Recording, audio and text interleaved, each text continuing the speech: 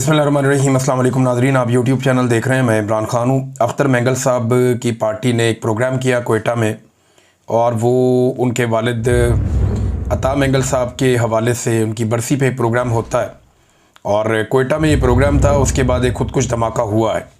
ये इस साल दूसरा मौका है पिछले चंद महीनों में कि अख्तर मेंगल साहब के ऊपर खुदकुश हमला किया गया है, और ख़ुदकुश हमले में 13 अफराद अब तक शहीद हुए हैं, और कई लोग जो ज़मीन पे वहाँ गिरे हुए थे, जो देखा गया उस वक्त, वो बहुत बड़ी तादाद में। वहाँ ज़ख्मियों के बारे में बताया जा रहा है कि लगभग दर्जनों लोग वहाँ पे ज़ख्मी हुए हैं इस ख़ुदकुश धमाके के नतीजे में। कुछ लोग कह रहे हैं 30 से ज़ायद हैं, कुछ लोग 40 का फिगर बता रहे हैं। लेकिन जो मकामी सहाफ़ी हैं उनका ये कहना है कि अख्तर मेंगल के एक करीबी साथी हैं BNP मेंगल के साजिद तरीन साहब, ये नायब सदर हैं, और ये भी इस वाक़े में 13 अफराद के साथ शहीद हो गए हैं। इससे पहले आपको याद होगा लखपास के मकाम पर जब अख्तर मेंगल साहब धरना देकर बैठे हुए थे और कोयटा में आना चाहते थे, तो वहाँ पे भी एक खुदकुश धमाका हुआ था, और उसमें भी कुछ नुकसान हुआ था।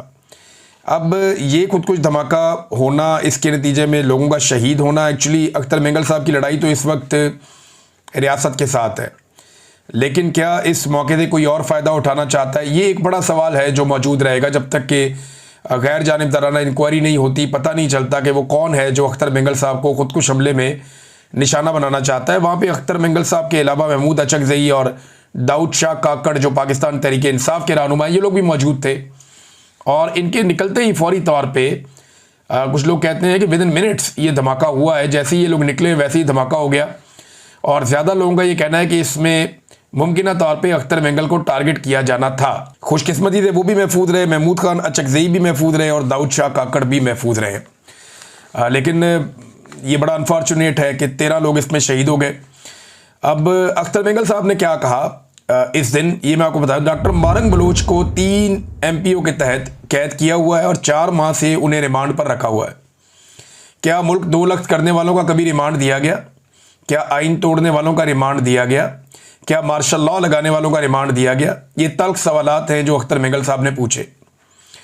उन्होंने कहा हमारी माओं और बहनों के सर से दुपट्टे उठाकर उन्हें पाबंदे सलासल किया जाता है। हमारे अकाबरीन इस धरती पर मौजूद नहीं है, इसलिए गीदड़ भी शेर बन गए हैं। आज सूबे के वारिस वो बने हैं वल्लाह जिनके घर से एक मुर्गी भी शहीद नहीं हुई। ये वो जो सूबे के अंदर जिनको हुकूमत बनाकर दी गई है, ये लोग तो जाली हुकूमत है और जाली किस्म के सियासतदान हैं। एस्टेब्लिशमेंट के कंधों के ऊपर बैठ के इन्होंने हमेशा इक़्तिदार हासिल किया है। संजरानी साहब आपको याद है एस्टेब्लिशमेंट के चेयरमैन सेनेट थे। फिर काकड़ साहब को बनाया गया बाकायदा वज़ीर आज़म निगरान, वो भी एस्टेब्लिशमेंट के आदमी है। अभी बुगटी साहब जो है ये पुराने एस्टेब्लिशमेंट के आदमी है, और इस वक्त इनको बनाया गया वज़ीर आला बलूचिस्तान। इस बारे में बात कर रहे हैं। फिर अख्तर मेंगल साहब ने कहा कि आज जिसको जमहूरी दौर कहा जा रहा है, इसमें आप तकरीर करो तो आपके ऊपर FIR काट दी जाती है कि आपने रियासत मुखालिफ तकरीर की है। ओ भाई, तुमने किस जानवर का नाम रियासत रखा हुआ है? काफ़ी जज्बाती खिताब किया अख्तर मेंगल साहब ने, और उनके ऊपर फिर उसके बाद हमला हुआ, और उस हमले के नतीजे में जो है वो 13 लोग शहीद हुए। अब इस तरफ से तो कोई बात नहीं आ रही, लेकिन जो एस्टेब्लिशमेंट के ज़राए हैं या वो लोग जो एस्टेब्लिशमेंट से खबरें लेकर चलाते हैं, उन लोगों ने एक लाइन पकड़ ली, और वो ये कह रहे हैं कि अख्तर मेंगल पे 2 हमले हुए, अख्तर मेंगल क्यों नहीं मारे गए? अब वो ये कह रहे हैं कि जी क्योंकि अख्तर मेंगल नहीं मारे गए, तो वो इस तरह की बातें कर रहे हैं कि शायद ये अख्तर मेंगल की कोई साजिश है, या ये जानबूझ के हरकतें कर रहे हैं और बलूचिस्तान के हालात ख़राब करना चाहते हैं। और साथ उनका ये कहना है कि शायद लोग इनकी बात नहीं मान रहे, इसलिए अब ये इस किस्म की हरकतें कर रहे हैं। अब ये प्रोपेगेंडा करना ये और ज़्यादा अफसोसनाक होता है। एक सूबा है जो रियासत कंट्रोल नहीं कर पा रही, रियासती इदारे मुकम्मल तौर पर नाकाम है, वहाँ पर जो जाली हुकूमत बनाएगी वो भी मुकम्मल तौर पर नाकाम है।